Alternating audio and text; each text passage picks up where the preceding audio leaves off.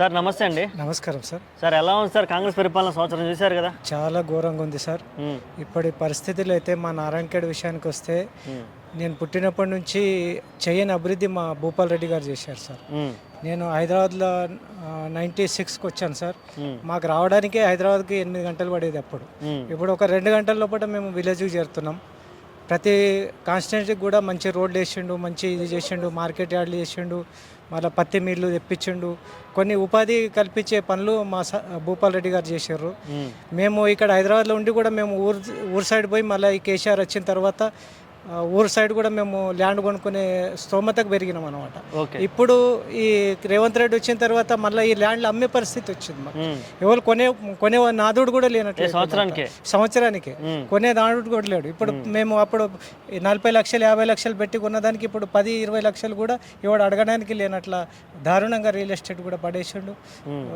చాలా కష్టం ఉంది సార్. నిర్ణయాలు చూస్తుంటే నిర్ణయాలు అయితే చాలా హైడ్రా వచ్చిన నుంచి అయితే అసలు హైదరాబాద్లో మా నారాయణఖేడ్ సైడ్ వాళ్ళు కూడా ఇక్కడ చిన్న బీద బతకడానికి వచ్చిన వాళ్ళు భూములు కొన్న తర్వాత కూడా ఏ చెరువులో పోతుందనే భయంతో ఇంకా కూడా వాళ్ళ అన్నం తినే పరిస్థితి కూడా లేదండి. అంత ఘోరంగా ఉంది. దాని మీద మార్కెట్ అలా అయిపోయింది. మరి హైదరాబాద్ వచ్చిన తర్వాత మార్కెట్ చాలా ఘోరం అయిపోయింది సార్. అసలు బిజినెస్లు లేవు, ఇక్కడ టిఫిన్ సెంటర్ నడుస్తలేవు, గప్చెప్పులు నడుస్తలేవు, ఏవి కూడా నడుస్తలేవు. చాలా మార్కెట్ అయితే చాలా డౌన్ ఉంది సార్ ఇప్పుడైతే. మరి ఇప్పుడు దాకా తీసుకున్న నిర్ణయాలు కనుక చూసుకుంటే మహిళలకు ఉచిత బస్సు ఇచ్చాడు కదా, దాని మీద దానివల్ల అయితే కొట్లాడే తప్ప మరేది లేదు సార్. దాని మీద లేడీస్ మాత్రం కొట్లాడుతారు. చాలా ఘోరం ఉంది సార్. అది కొన్ని రైతులకు ఏమైనా న్యాయం జరిగిందా? రైతులకు ఏం న్యాయం జరగలేదు సార్. ఇంకా అది మన రుణమాఫీ కూడా అందరికి కాలేదు సార్. ఇంతవరకు కూడా రుణమాఫీ కాలేదు, రైతులకు న్యాయం లేదు. మళ్ళీ పంటకి ఇప్పుడు కొంతమందికి షరతులు పెట్టి విధిస్తుంటుండు. కేసీఆర్ ఉన్నప్పుడు అందరికి కూడా ఇచ్చిండు రైతు బంధువు. చాలా పుణ్యాత్ముడు సార్ కేసీఆర్. ఇప్పుడు అసలు నాయకుడు చాలా కోల్పోయినరు.